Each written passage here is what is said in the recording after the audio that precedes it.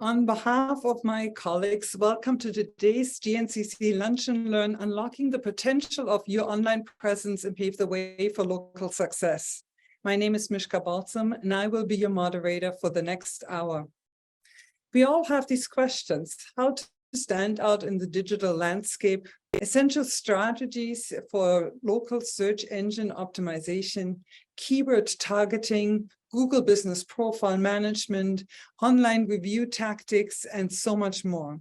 To shed some light on it, this ever-changing area of our business, we have with us Maggie McTavish with Mango Media. But before we get started, let me give a shout out to YMCA Employment and Immigrant Services of Niagara, who have been a leading partner in our Lunch and Learn series. Whether you're looking for entry-level work or more for a more senior role, finding a job isn't always easy. That's why they offer employment programs to support employees throughout this process. And if you're an employer, they offer extensive employment services programs to you. So thank you again for the passion that YMCA Employment Immigrant Services in Niagara has for people in Niagara.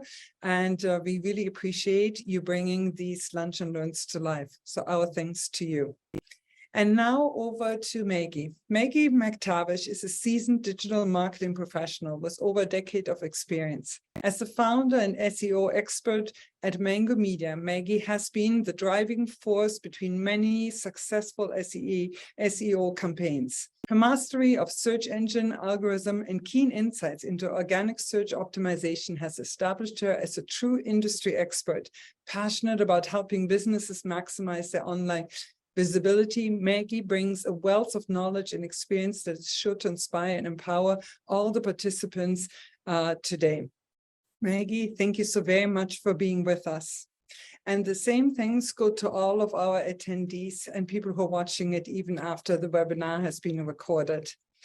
If you are live with us and if you wish to enable live transcript, please refer to the bottom of your Zoom screen for that option. I've mentioned that the session will be recorded and will be available on our website and will be distributed also to everyone here in attendance. This hour is meant to be interactive. So for the first 30 minutes, I'm going to pass it all over to Maggie, who gives us an overview of it and hopefully answers a lot of your questions in that first half hour. But after that, it's being followed by a Q&A session. And many of you who have attended our webinars in the past are familiar with the format. If I can ask you at that time to redirect, or even during her presentation, to redirect any questions through the chat function at the bottom of your screen, we are sure to get to all of them. And on that note, Maggie, I am going to pass it over to you. Thank you very much, Mishka. It's great to be here with you all today, this afternoon. So it's really, really great to meet you. I'll start off here. I'll just add my contact information here in the first slide. You'll also get it at the end. But essentially, yes, I like to make my presentations interactive.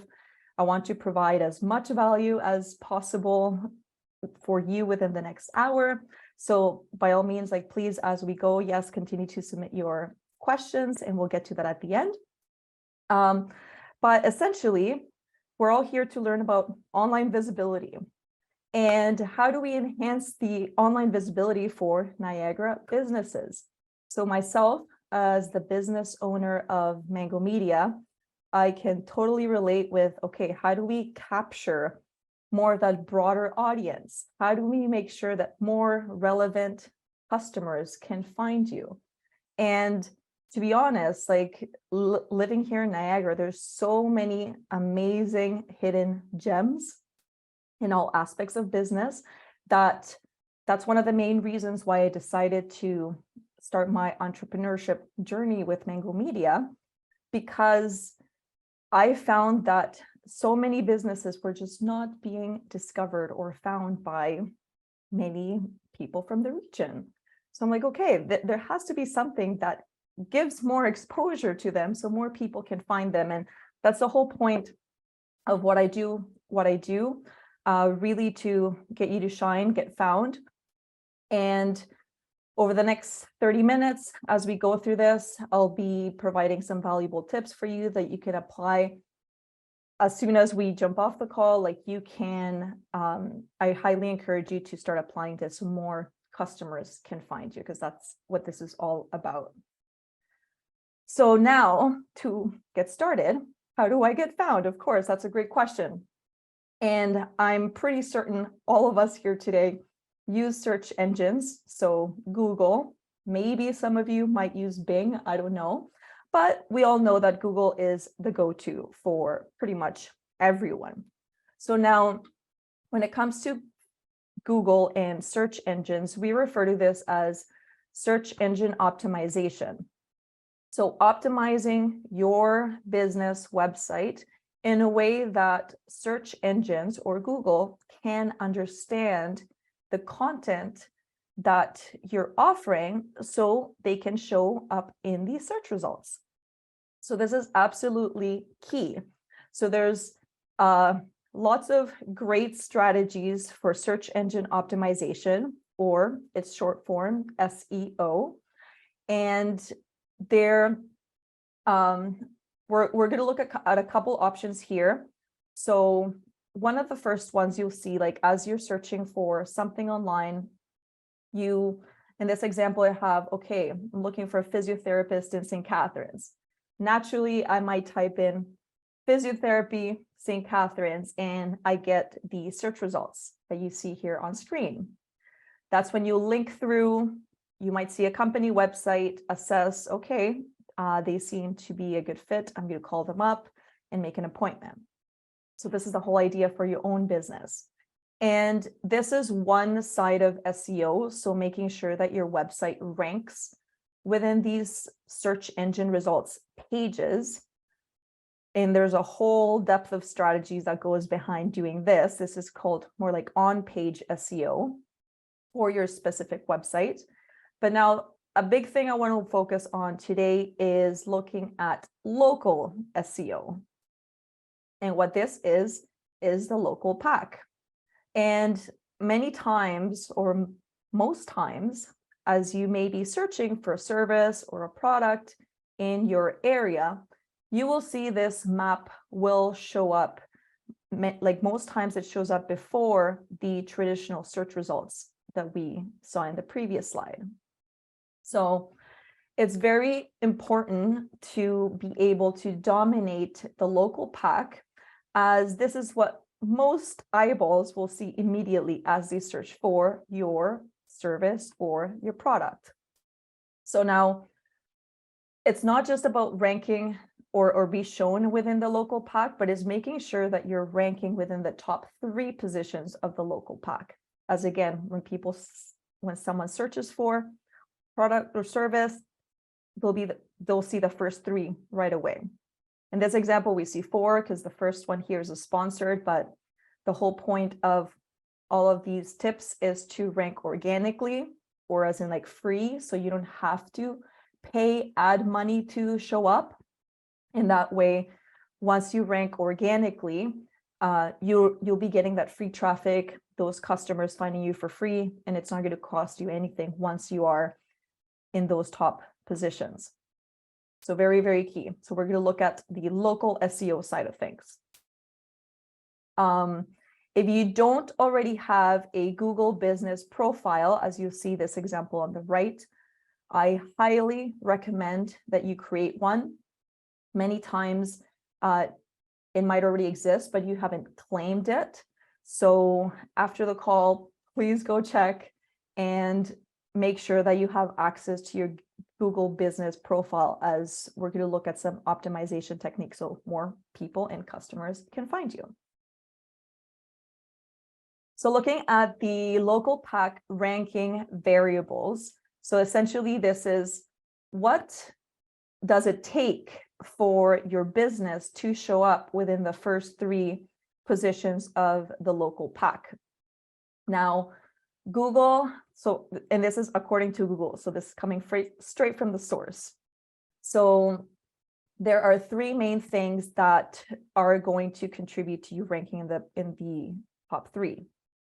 The first one being relevance. So what this means is is your business the best match for the search term that someone is looking for. So this is when keywords may come into play. So we'll take a look at that in a couple slides. Also, looking at how optimized is your current website page for that specific term that someone's searching for.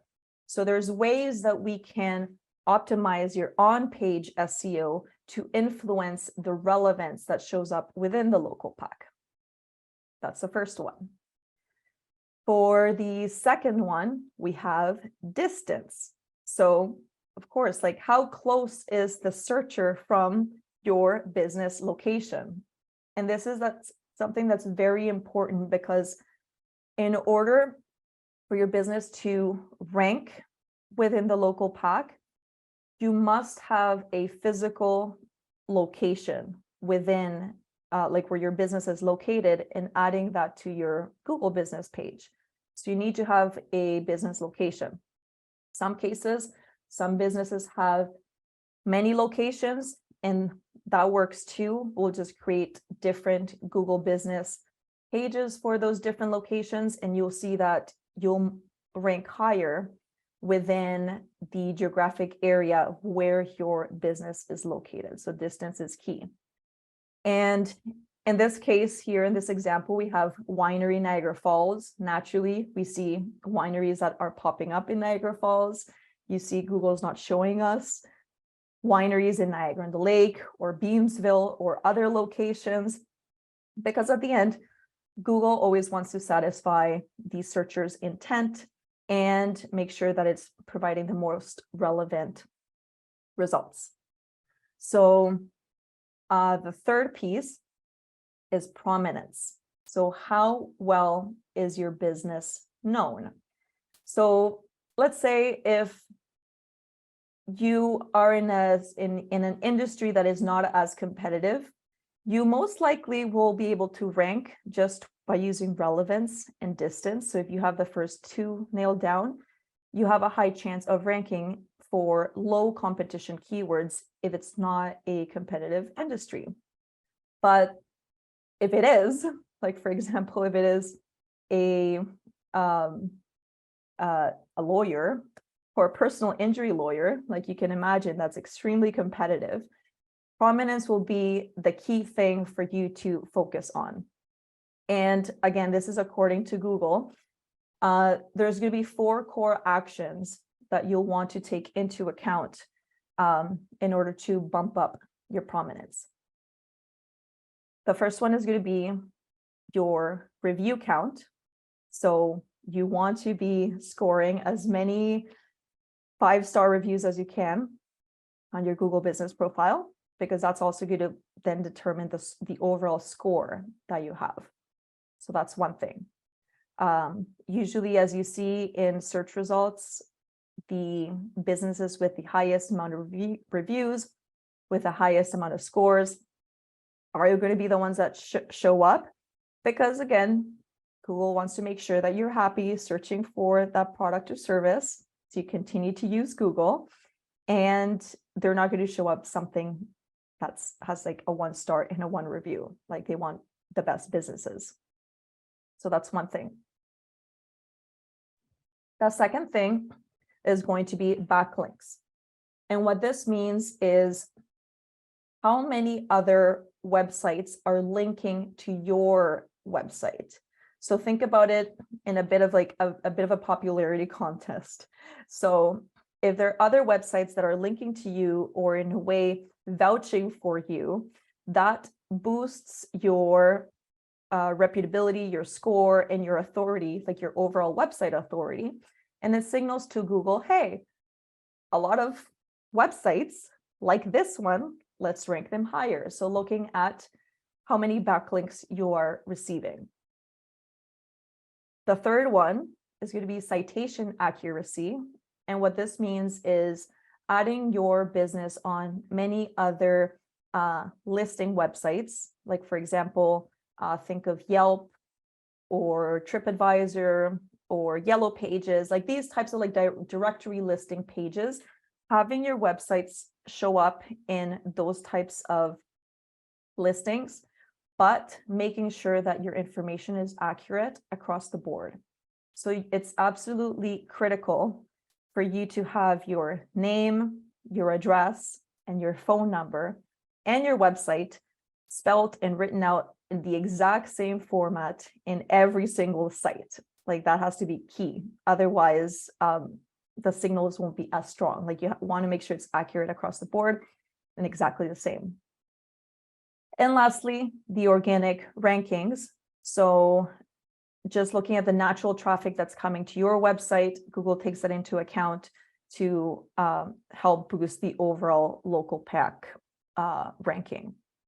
So those are the key components of how you get to rank here. So keep that in mind.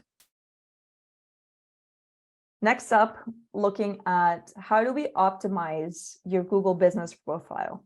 So again, this is if you already have an account, and if you don't, promise me you're going to get an account after.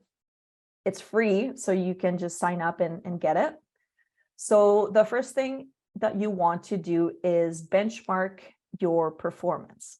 And what this means is before you get into editing anything, I highly recommend that you look at, okay, who are the top companies, or like which are the top companies that are ranking, and take a look at how many reviews do they have and what's the average, and compare that to your business.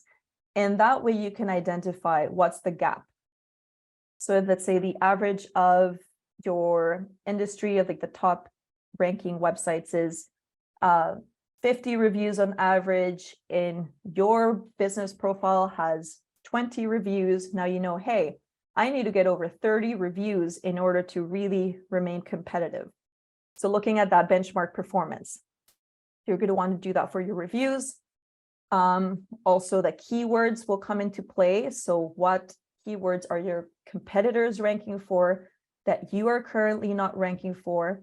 Because that's going to be another gap that you'll want to close. And the backlinks. So those are the three things you want to benchmark performance for. Once you've done that, you'll want to plan and schedule posts on Google My Business or your Google business profile. Because the same way that you're active on social media, so let's say you have Facebook, a business page on Facebook, you have Instagram, or you have LinkedIn, and you're constantly posting updates and connecting with your audience, Google wants you to do the same thing within your business profile. And the good thing about this too is that it's going to add depth to your page. So you want to enhance it as much as possible. And I recommend posting at least at minimum one post per week. So plan and schedule what you want to be posting here, and keep in mind at least once per week. The third thing you want to do is optimize your info section. So be as detailed as possible. So now that we're getting into the world of AI, as in like artificial intelligence, there's a lot of buzz around you can create more content rapidly. And because Google knows this, they really want you to emphasize on quality. So thinking about the quality of everything that you do, it's not about the quantity. So make sure that everything is unique within your profile, like your copy, all of your descriptions, like don't just copy paste it from somewhere else, like make sure it's very unique and valuable to your profile. And this applies to images as well. So you want to make sure that you're using original images that reflect your business and what it does and who you are as a brand. That's key. I recommend including at least 10 images, and again, original photography. Don't use stock imagery. Like if you can really take your own photos or get a local photographer, like it's worth doing that. Another thing is responding to every review. So many times I see this pretty much all the time, businesses don't respond to every review. And you want to do this because it will create more depth within your business profile page on Google. The same way that, like, if you get positive reviews, you want to acknowledge those positive reviews. If you get a negative review, you still want to address that within your page, because that still gives some control to the narrative and how you're responding publicly to the world. If a potential new client has come across your profile and they see that you're addressing these negative reviews, that gives you an opportunity to vouch for like whatever happened, or to make amends, or really recognize and own that mistake that maybe the customer wasn't happy for. So I really encourage you to do that. Don't shy away from it. And you can also create product listings. So this is another feature that I see a lot of times business owners don't take advantage of. So in Google, there's a section for you to add different products. And if you're a service-based business, I would utilize that to feature your services there, because all this is going to do is make it more keyword rich. So when people are searching for the type of service or product that you offer, Google already has all of that information with your profile, making it more likely for your profile to show up in the search results. And lastly, my last tip here, that again, something else not a lot of people take advantage of, is creating FAQs. So you have the option within your Google business profile to create frequently asked questions. Now, what I would recommend you do is think about what are those common questions that you get on a regular basis from your current clients, and partner up with, let's say, get a friend or a family member or someone that's local that can ask that question on your business profile on your behalf. So now you have the opportunity to answer that question as the business. Very key I would encourage you to find someone that is local who can do it.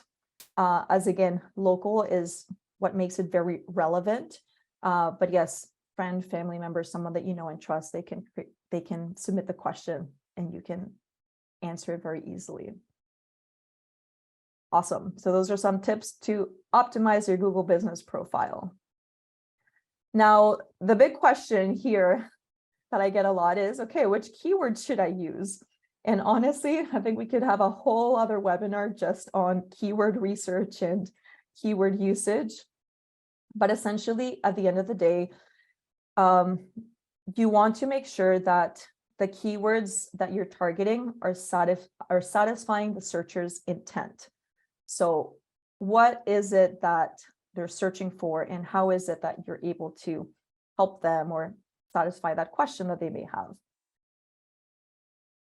So there are many different softwares and tools that you can use. Some of them are paid, or a lot of them are paid actually, but I'm going to show you one that will give you a bit of an overview and an idea of how you can do this initial keyword research and what keywords you should be using.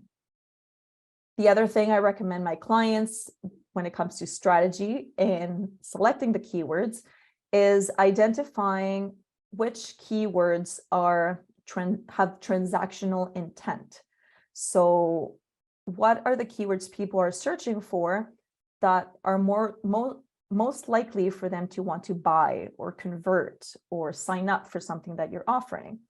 And in the perfect world, you'll find and identify the keywords that have high search volume. So a lot of people are searching for this, and have a low competition. So it's trying to find, okay, where's that sweet spot where we can satisfy all of this? And the resource that I'm going to give you here, this one's called, it's a Chrome extension called Keywords Everywhere. It's free. There is like a paid version for like an upgraded version, but if you want a quick overview of keyword research, you want to start looking at some options, what are people searching for? This is a good one to start with. So essentially the way it works is once you install the Chrome extension and you activate it, anytime you search for something on Google, in this case, I'm using the example insurance Niagara Falls, you will see all of this content will show up on the right side. Now, there's quite a bit of information here, and this is what makes the tool really great. So I'll give you a bit of an overview of what all of this means.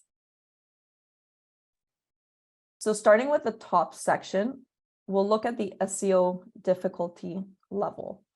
So this is out of 100, what's the overall percentage of how difficult is it going to be for me to rank for insurance Niagara Falls? As you can see, right now it says 48 out of 100. If you want something that is low competition, something that it's more likely for you to rank on, I would suggest staying within the 30s, like anything like 30s and under will be easier for you to rank for. Even 48, it's still manageable, but you might need a little bit of more work. But that's okay, because everything that's valuable and worth doing always takes a lot of work. But once you get it done, it's so worth it. When it comes to SEO, there's no shortcuts. You just have to do it. But once you're ranking, you get all that free traffic, all those additional customers, everything's great. So that's for SEO difficulty. The next one here, it's brand query. This is going to refer to if it's like a specific brand that you are searching for. So instead, if I would have Googled Nike, for example, it would say brand query, yes. So because it's insurance Niagara Falls, there's no business or company that has that name. When it comes to brand queries, it's really difficult to compete for a branded term. Like you don't want it, like it's many times it's not even worth doing that unless you are the actual business owner. Then that's totally different if you're the one who owns the brand. The next one we have is off-page difficulty. So this is all the backlinks that I mentioned earlier. So looking how many other websites are signaling to the ranking websites. And as you can see, this one says 37 out of 100. So I'd say that's a really good sign. You won't need that many backlinks in order to rank for insurance Niagara Falls. That's great. We're within that sweet spot. And the on-page difficulty, now this is looking at how optimized are these individual pages from an SEO perspective. So as you can see, most of them have pretty good optimization, 69 out of 100. That doesn't mean yours can't be 80 or 95 out of 100. So there's still opportunity for you to be able to compete against this type of term. So the data that we see here, this is analyzing the top 10 pages that are showing up on Google's first page, so on the search results. So of course, you want to rank on page 1 and ultimately then position 1 so you can get most of the traffic. So this is analyzing top 10. The next piece of information that you'll be able to get is trend data. As you can see when is it that people are searching for this. I think it's great if your business is a seasonal business, or if you want information on when people are searching for your specific keywords. This might be really helpful for you to plan around, okay, when should we be optimizing these pages or my Google business profile to make sure that you are showing up for those peak seasons that people are searching for. So that's another good trend data to have. Next up, you'll see related keywords. So you'll see other types of keywords that are related to insurance Niagara Falls that are still relevant to this topic. So you can see like car insurance is something that has a lot of related terms when it comes to insurance Niagara Falls. So people are searching for car insurance. And here, not shown in the screenshot, but if you have the extension, you'll be able to see, is people also search for, which is great because it will tell you what other types of variations of keywords are people looking for when it comes to the keyword that you want to rank. So this is a good overview of the extension and the type of data that you can capture. Again, this is more on the high level. There are other tools that give you more granular data, but I think this is a very good starting point for you to determine the direction of keywords that you want to be ranking and optimizing your accounts for. Now, how to increase online reviews. So this is a really great question. And as we saw, it's a very important ranking factor as to why, like how you'd want to get those online reviews on your Google page. So within your Google business profile, you're able to generate a review link. So once you have your account, you can click on the Get More Reviews link, copy it, and this is what you're going to share with your customers. So there's two ways I recommend going about this. One is if you want to do it yourself, you can directly ask for reviews. In many times, like this is what you have to do. So I would recommend selecting one day out of the month where you schedule time to reach out to those happy customers that visited you or engaged with you or bought from you that month, and reach out to them, ask for a review. And it's highly recommended that you send them a personalized email. You don't want to send a mass email to everyone. Like, you want to be as personalized as possible to really get them to do this. And there's been instances that sometimes customers don't know how to do it. So another option is to record a simple video on how to do this. So you can very easily record yourself. You send them the link as you're asking for that review, and that will really be helpful providing those step-by-step instructions on how to do this. The other way of generating more Google reviews is going through reputation management services. So this is something that we offer at Mango Media.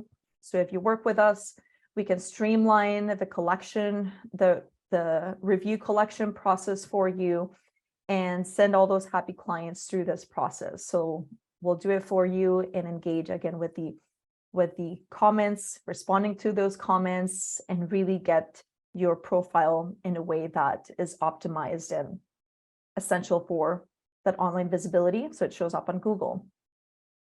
And another thing I wanted to mention here is for the core services that we offer here at Mango Media are SEO and web design and development. So when it comes to SEO, we do website SEO audits. So if you have a website and have no idea like where it stands or how Google may interpret the website, then an SEO audit is a good first step to get an idea of the health of your site. We also offer full service SEO services. So looking at everything in regards to your website, the ins and outs from an on-page and an off-page perspective. We also do local SEO, which is everything that we covered today, and SEO copywriting, because there's a science, an art and a science that it comes to copywriting on your website page to make sure that it has the right keywords and conveys the right message for it to rank on Google. And on the web design side, we work with you to create a brand strategy that really represents your brand, who you are, your values, and transform that to web design and development through custom WordPress builds.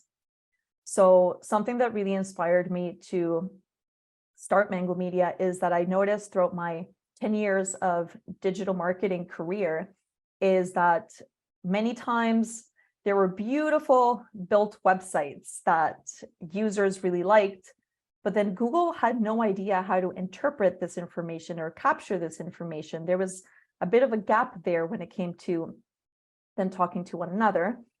And on the other side, sometimes I would see websites that would rank within the top 3 search results.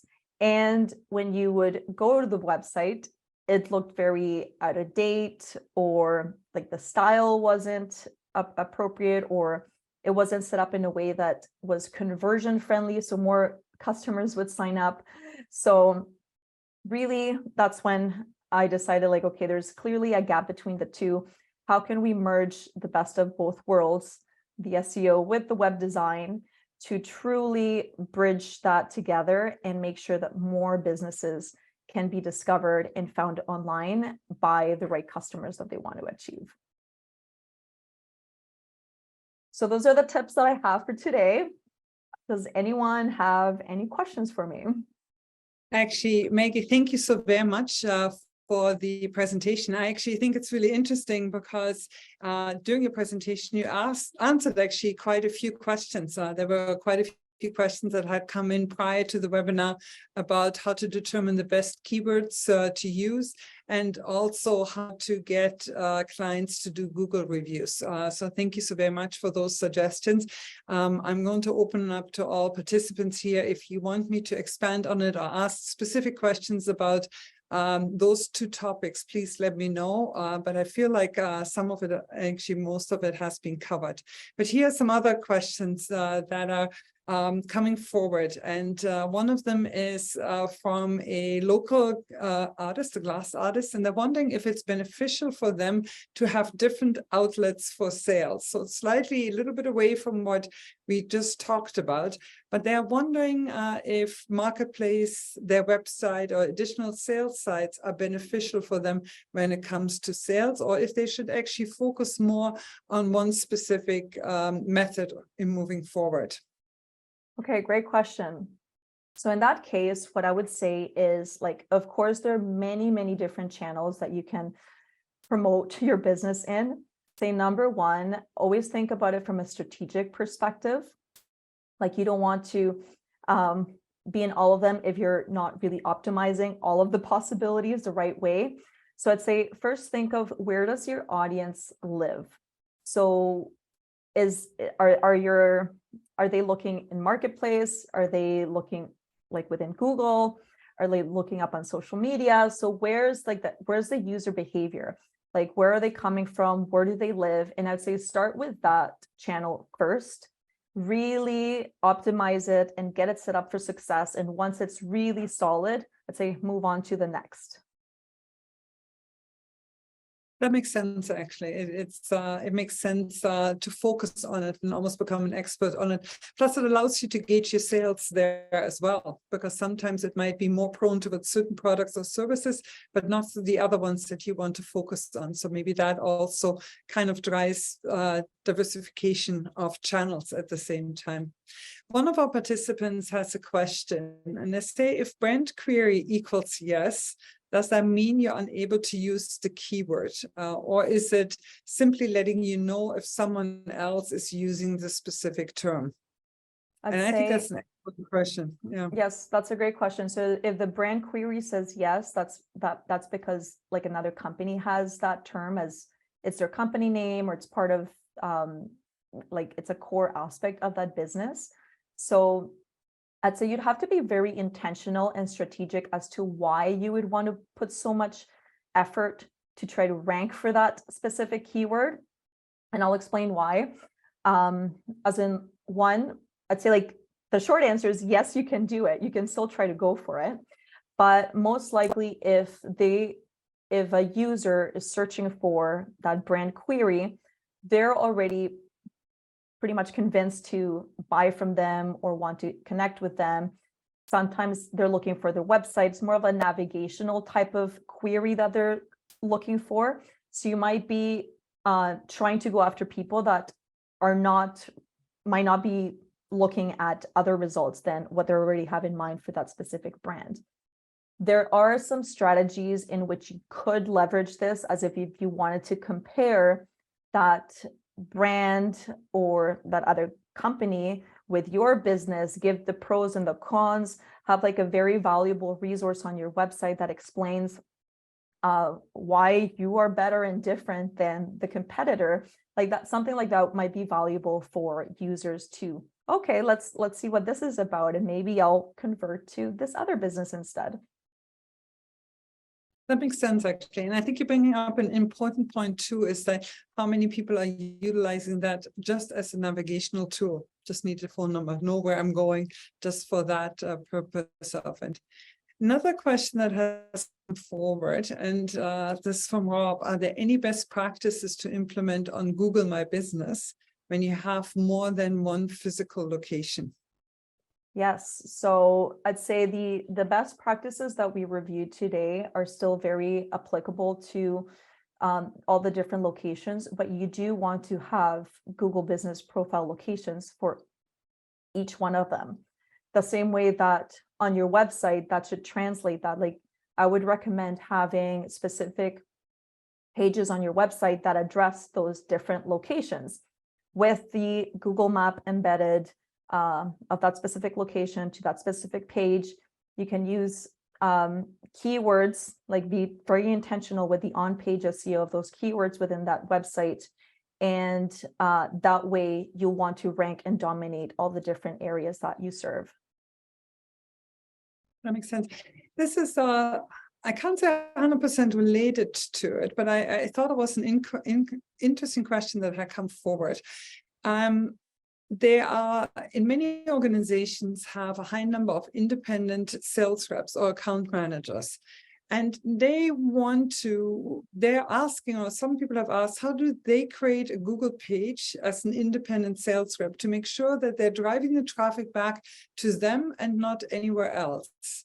And I think it's an effort to support their networking efforts and also to becoming probably the leads and the connections that they have.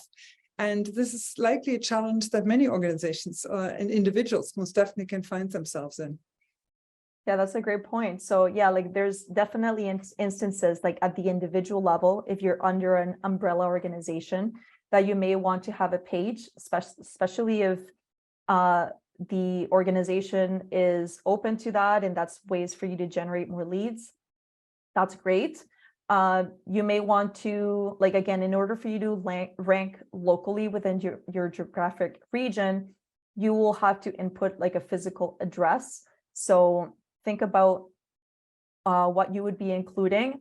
But as an example that comes to mind is like many realtors in the area, like they work with a broker, but then every real estate agent might have a Google Business profile page.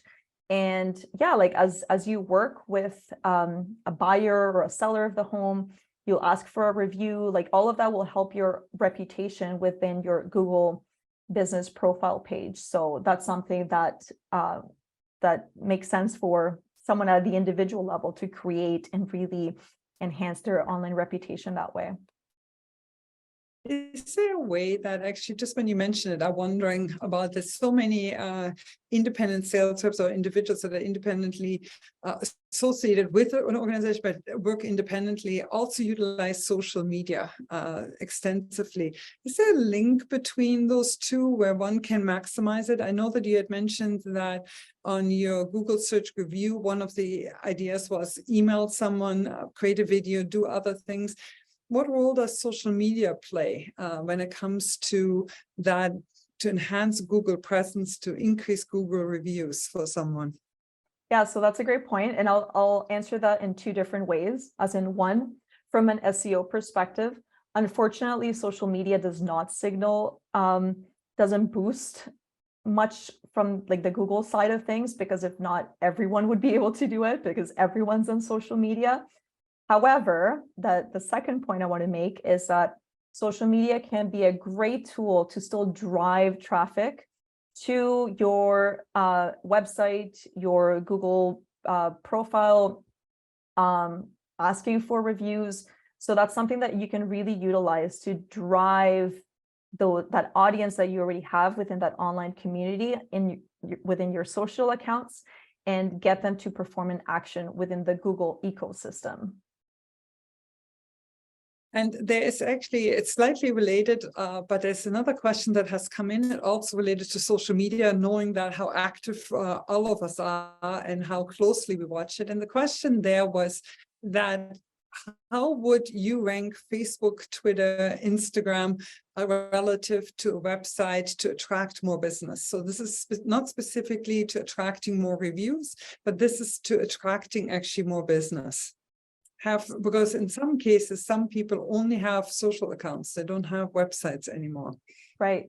I'd say this is going to depend from industry to industry, but think about it this way. Like most times when people, like we can put ourselves in this situation when you're actively searching for something on Google is because you already have the intention to want to buy or make a transaction or learn more about a product or service. So you're already actively searching for something. So from an SEO perspective, you have a higher opportunity to close those deals because people are already warm looking for these types of products or services. On the flip side, when it comes to social media, it's more about outbound as opposed to inbound. So you're putting out your messages, you're putting out content, which is great, but it might be higher up in the funnel when it comes to educating people, informing about what you do. If they don't come across your page, they might not see it at all. So it's a balance between the two because from a business standpoint, they both serve different purposes.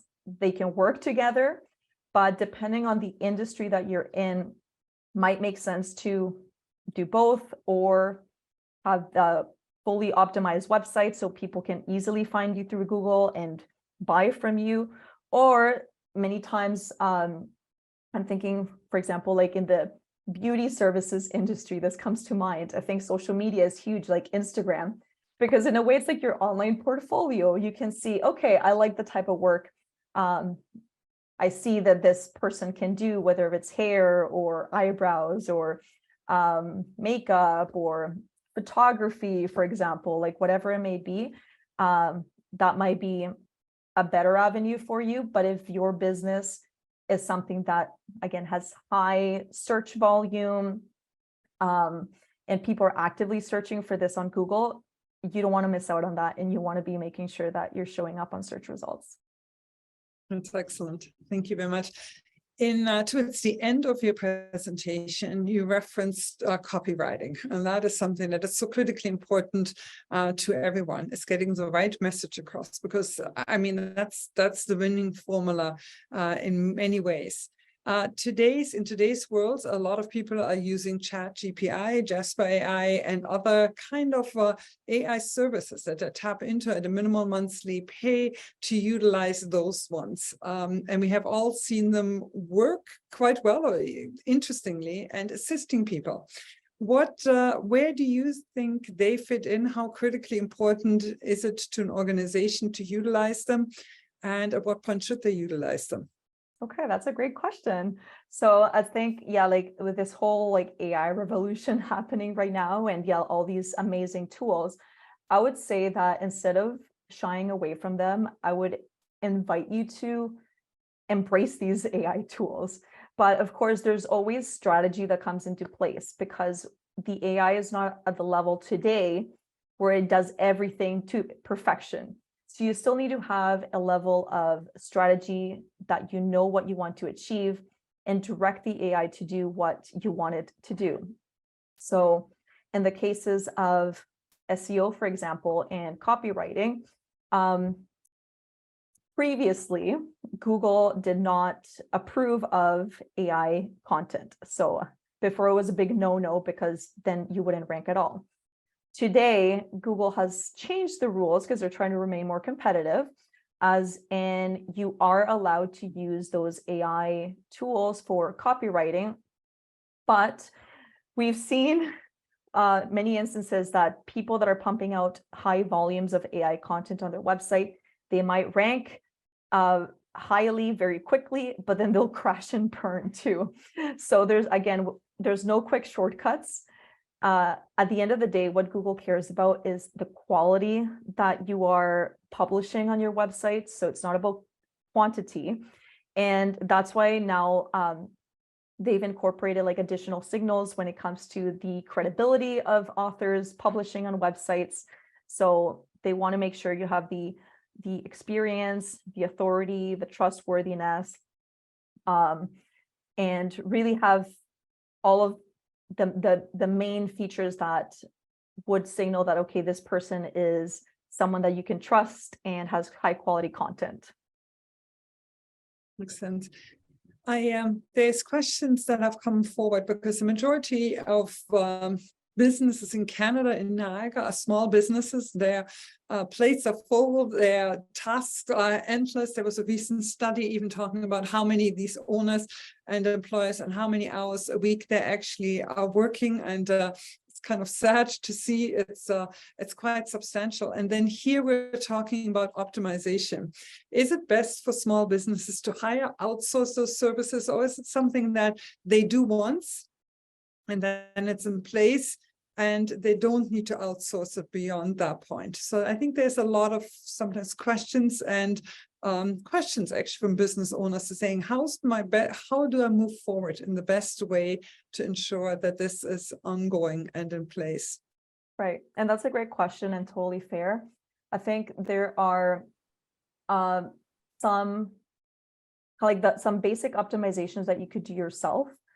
But if you really want to remain competitive, I think outsourcing would probably be the best way to go, like working with someone like myself and Mango Media, because we'll have, like, we do this every day, breathe this every day. And doing a lot of the SEO tasks is extremely time consuming. And I think as business owners, your time is extremely valuable. You have so much, like so many hats to wear so many times. So I think if you do have the resources and capabilities to outsource, I would say outsource this to a professional that you can trust, but not just someone that says they'll do it, but someone that's actually proving the results to you and showing those reports and saying like, okay, this is how we're actually improving month over month. Because once you gain those search results and once you're at the top and you've kind of like reached that peak, you want to make sure that you stay there, because at the same time that you're working towards getting there, there are going to be other business trying to bump you down because they might want to rank within the first position too. So making sure that you are remaining at the top of the competition. And on that same note, it's likely related to that question and your answer is that, would you recommend an app that could help with some of the strategies? So if people are saying, maybe I don't have the funds, I don't have the time to work with someone, I'm not, other apps that people can utilize to ensure that they can check their ranking, that they maximize their ranking? Is there anything that you would suggest? There are apps. I'd say that if you only have like one location, like it's your one business, sometimes the price is not worth it investing in these apps, because it's going to be costly, and it's like, it will be like maybe for like an extra couple $100 you could work with an actual professional as opposed to paying through an app. That is an option, but again, I think a lot of the execution work is still very time consuming. Yeah, I can see that. I think business organizations and individuals have been through a lot over the past 3 years. We've seen significant changes in shopping behavior, in patterns, in communication that has changed.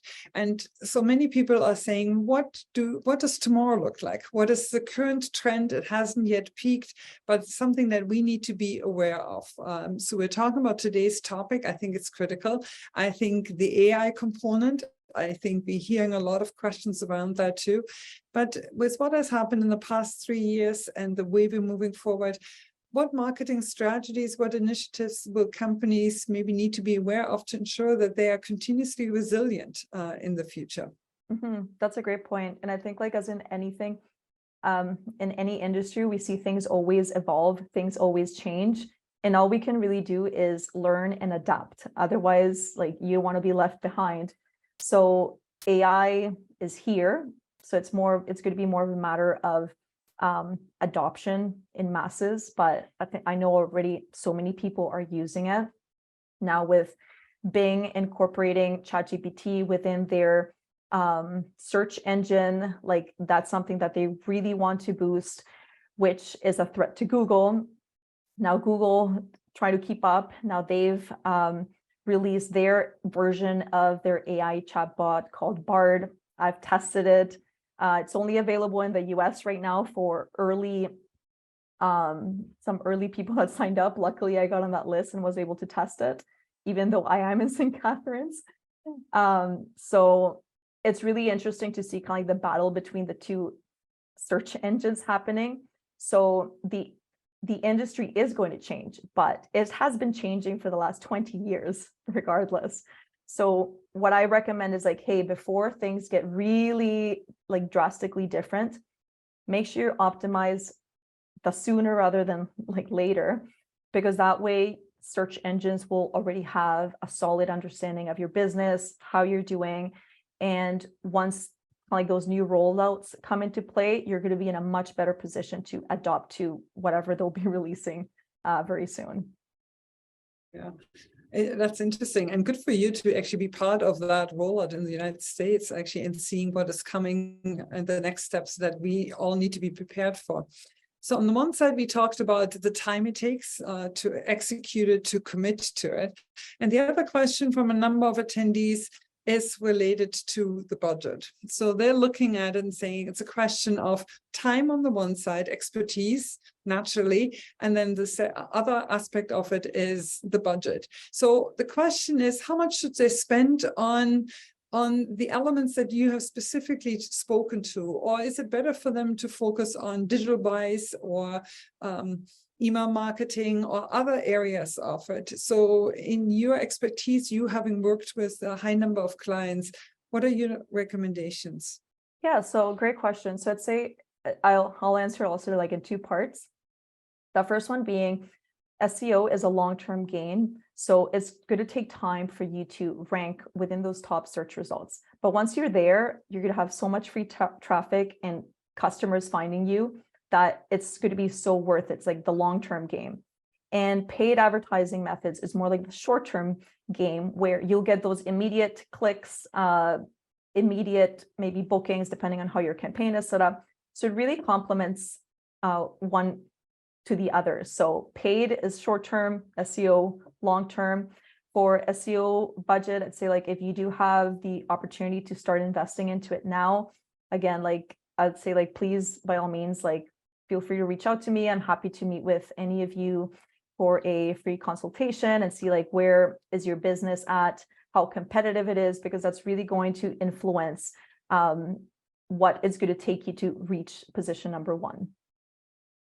That's great.